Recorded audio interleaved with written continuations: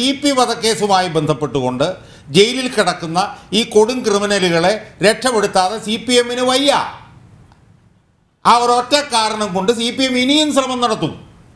അതിനെ നമുക്ക് CRPC-യിലെ വകുപ്പുകളും സുപ്രീം കോടതിയിലെ വിധിന്യായങ്ങളും ഹൈക്കോടതിയിലെ വിധിന്യായങ്ങളും ഒക്കെ പറഞ്ഞുകൊണ്ട് പിടിച്ചു നിൽക്കാനൊക്കെ പറ്റും.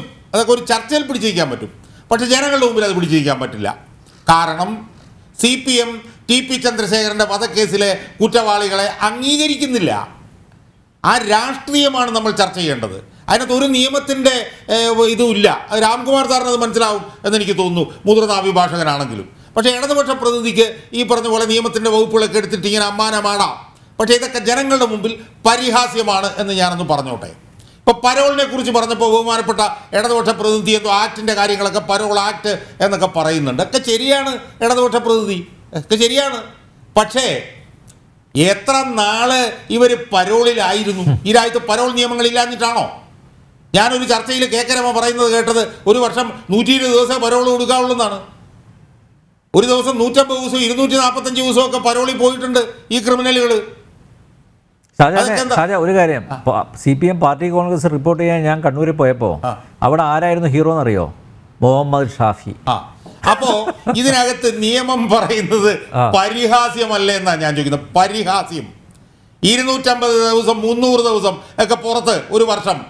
കേക്കരമ്മ പറയുന്നത് കേട്ടത് കോവിഡ് കാലത്ത് 2.5 വർഷം ഈ പ്രതികൾ മുഴുവൻ പുറത്തായിരുന്നു എന്നാണ്. അതെ. ഇനി കേക്കരമ്മ വേറൊരു കാര്യം കൂടെ പറഞ്ഞത് ഞാൻ ഇടതുപക്ഷ പ്രതിയെടുത്ത് ഞാൻ പറഞ്ഞുതരാം. 2024 ഫെബ്രുവരി 19 ഹൈക്കോടതിയുടെ ഡിവിഷൻ ബെഞ്ച് ഇവർക്ക് 20 വർഷം കൂടി തടവ് ശിക്ഷ വിധിച്ച സമയത്ത് GOG ബാബു KK കൃഷ്ണൻ എന്ന് പറഞ്ഞ 2 പേരെ കൂടെ പ്രതികളാക്കിയല്ലോ. ആ പ്രതികളാക്കിയതിൽ GOG ബാബു ആണോ KK കൃഷ്ണനാണെന്ന് എനിക്കറിയില്ല. ഇടതുപക്ഷ പ്രതി മനസ്സിലാക്കിക്കോണം. 2024 ഫെബ്രുവരി 19 വിധി വന്നിട്ട് ഇന്ന് ഈ ദിവസം വരെ ആ പ്രതി ജയിലിൽ പോയിട്ടില്ല. അറിയാവോ ഇടതുപക്ഷ പ്രതിനിധിക്ക്? ഞാൻ പറഞ്ഞതല്ല, കേക്കരമയാ പറഞ്ഞത്. അയാൾ സുഖചികിത്സയിലാണ് പരിയാരം മെഡിക്കൽ കോളേജിൽ. ഇത് എവിടുത്തെ നിയമമാണിത്? ഇത് എന്ത് വകുപ്പ് പ്രകാരമാണിത്? ഒന്ന് പറഞ്ഞു തന്നേ. കഷ്ടമാണ് ഇങ്ങനെയൊക്കെ പറയുന്നത്. PK കുഞ്ഞനന്തൻ ജയിലിൽ കിടന്നില്ലേ കുറ്റവാളിയായിട്ട്? കൺവിക്റ്റ് ആയിട്ടല്ലേ ജയിലിൽ കിടന്നത്? അക്യൂസ്ഡ് അല്ലല്ലോ, കൺവിക്റ്റ് ആയിട്ടല്ലേ ജയിലിൽ കിടന്നത്. ജയിലിൽ കിടന്ന PK കുഞ്ഞനന്തനെ പാനൂർ ഏരിയ കമ്മിറ്റി മെമ്പറാക്കി നിയമിച്ചത് ഏത് നിയമത്തിൻ്റെ അടിസ്ഥാനത്തിലാണ്? എന്ത് ഭരണഘടനയുടെ അടിസ്ഥാനത്തിലാണ്? അയാൾ മരിച്ചു കഴിഞ്ഞപ്പം അയാളെ രക്തസാക്ഷിയാക്കി പ്രഖ്യാപിച്ചത് എന്ത് നിയമത്തിൻ്റെ അടിസ്ഥാനത്തിലാണ്? KC രാമേന്ദ്രനെ പാർട്ടി പുറത്താക്കി എന്ന് പറഞ്ഞിട്ട് KC രാമേന്ദ്രനെ പരിപൂർണമായി സംരക്ഷിച്ചുകൊണ്ടിരിക്കുകയല്ലേ CPM? അത് ഏത് ക്രിമിനൽ സിവിൽ നിയമത്തിൻ്റെ അടിസ്ഥാനത്തിലാണ്? ഒന്ന് പറഞ്ഞു തന്നേ. അപ്പം അതുകൊണ്ട് TP ചന്ദ്രശേഖരൻ വധക്കേസിലെ പ്രതികളെ ഒരു നിയമവും നോക്കൂല ഗവൺമെൻറ്, ഒരു CRPC നോക്കൂല, ഒരു 438-ഉം 422-ഉം ഇതൊന്നും അവർ നോക്കില്ല. അവർക്ക് ഈ കൊടും ക്രിമിനലുകളെ സംരക്ഷിച്ചേ പറ്റൂ. അതിൻ്റെ കാരണം എന്താണെന്ന് ചോദിച്ചാൽ കൊല്ലിച്ചവരാരാണ് എന്ന് അവർക്കറിയാം. ആരൊക്കെയാണ് ഇതിനകത്ത് ഇടപെട്ടിട്ടുണ്ട് എന്നുള്ളത് അവർക്കറിയാം. കഴിഞ്ഞ ദിവസം രമ അവിടെ നിന്ന് പറയുന്നത് കേട്ടു, TK രജീഷിനെ ഒന്നും ഒരു കാരണവശാലും CPM-ന് സംരക്ഷിക്കാതിരിക്കാൻ പറ്റില്ല.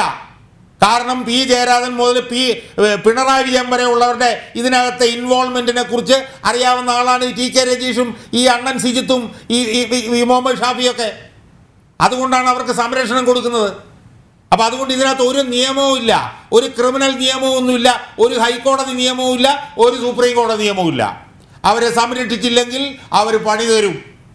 അത് കേക്കരമ്മ കൃത്യമായി പറഞ്ഞിട്ടുണ്ട്. 20 വർഷവും കൂടി അവരുടെ തടവ് ശിക്ഷ നീട്ടിയതോടുകൂടി അവരാകെ അസ്വസ്ഥരാണ്. അവർക്ക് പുറത്തിറങ്ങാൻ വയ്യ. അപ്പം അതുകൊണ്ട് അവരെന്തെപ്പോൾ വിളിച്ചു പറയും എന്ന് ഇപ്പോൾ CPM നേതാക്കന്മാർക്ക് ഒരു ഉറപ്പുമില്ല. അവരാകെ അസ്വസ്ഥരാണ്. അവർ കംപ്ലീറ്റ് ഇൻടോളറൻ്റ് ആണ്. അതുകൊണ്ട് അവർക്കൊരു മെസ്സേജ് കൊടുക്കണം, ദാ ഞങ്ങൾ നിങ്ങളുടെ കൂടെ ഉണ്ട്, ഞങ്ങൾ നിങ്ങളെ പുറത്തിറക്കാനുള്ള പണികളെല്ലാം ഞങ്ങൾ ചെയ്യുകയാണ്, കൊലയാളികൾക്കൊപ്പമാണെന്ന് പറഞ്ഞ് കയ്യും പൊക്കി നിൽക്കുകയാണ് CPM. ഈ AM ഷംസീറിൻ്റെ കാര്യം പറഞ്ഞില്ലേ, അനിൽ നമ്പ്യാരെ പറഞ്ഞില്ലേ, K രാധാകൃഷ്ണൻ ഉൾപ്പെടെയുള്ള ആളുകൾ വിയൂർ സെൻട്രൽ ജയിലിൽ പോയി അവരെ കണ്ടില്ലേ? അവരെ ക്രൂരമായി മർദ്ദിച്ചു എന്ന് പറഞ്ഞ് അവർ സത്യാഗ്രഹം ഇരുന്നില്ലേ കോടിയേരി ബാലകൃഷ്ണൻ ഉൾപ്പെടെയുള്ള ആളുകൾ? എന്തിനാണ്? TP ചന്ദ്രശേഖരൻ എന്ന് പറഞ്ഞാൽ പാവപ്പെട്ട കമ്മ്യൂണിസ്റ്റുകാരനെ കൊന്നത് പിണറായി വിജയൻ പോലെ താഴോട്ടുള്ളവർ അറിയാതെയാണെന്ന് അറിഞ്ഞാണെന്ന് ആർക്കാണ് അറിയാൻ പാടില്ലാത്തത്? CPM-നകത്ത് ഒരാളെ കൊല്ലുമ്പോൾ സംസ്ഥാന സെക്രട്ടറി അറിയാതെ കൊല്ലുമെന്നാണോ ഇടതുപക്ഷ പ്രതിനിധി പറയുന്നത്? ടി.പി. ചന്ദ്രശേഖരനെ കൊന്നത് പിണറായി വിജയനും പി ജയരാജനും അറിയാതെയാണെന്നാണോ ഇടതുപക്ഷ പ്രതി പറയുന്നത്? അത് നമുക്ക് അങ്ങോട്ടും ഇങ്ങോട്ടും ചർച്ചയിൽ സമ്മതിക്കാം, പക്ഷേ ജനങ്ങളുണ്ടല്ലോ അവരത് സമ്മതിക്കില്ല.